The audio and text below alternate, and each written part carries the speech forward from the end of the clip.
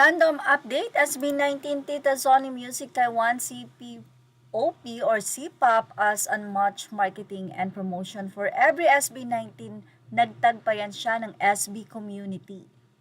So grabe po talaga ang nasabing support ng mga Taiwanese, Japanese, at marami pa pong iba sa ibang bansa.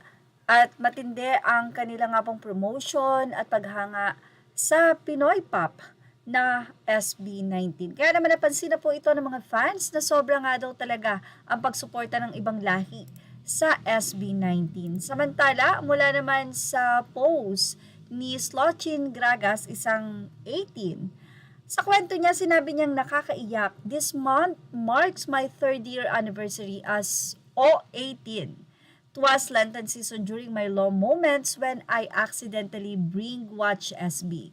What started as an accidental binge quickly became something deeper. Their story, music, humor, and powerful performances gave me inspiration and a sense of awe I didn't know I needed.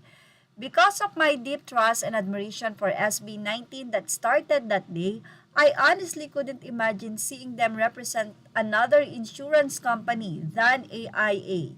It just wouldn't feel right being in this industry for more than 12 years. So in 2024, I took a leap of courage and shared some insights including about SB19 with our AIA amazing CEO and CAO, even adding the bano in my subtle conversation when I had the chance to meet our executives.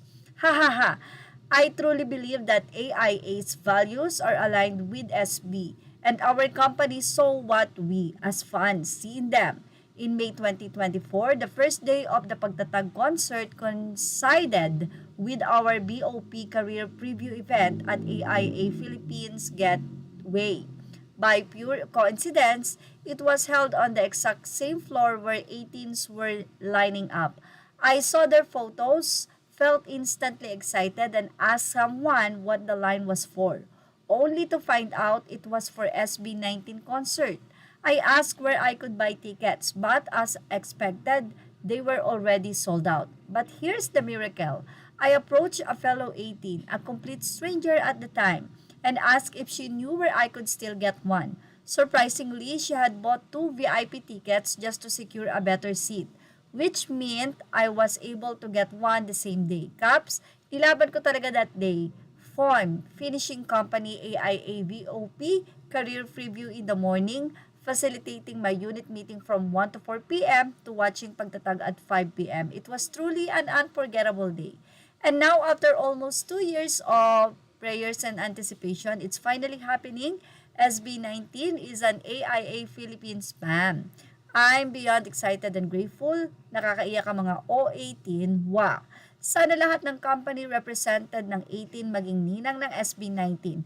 May we all be chance of blessing and inspiration to each other.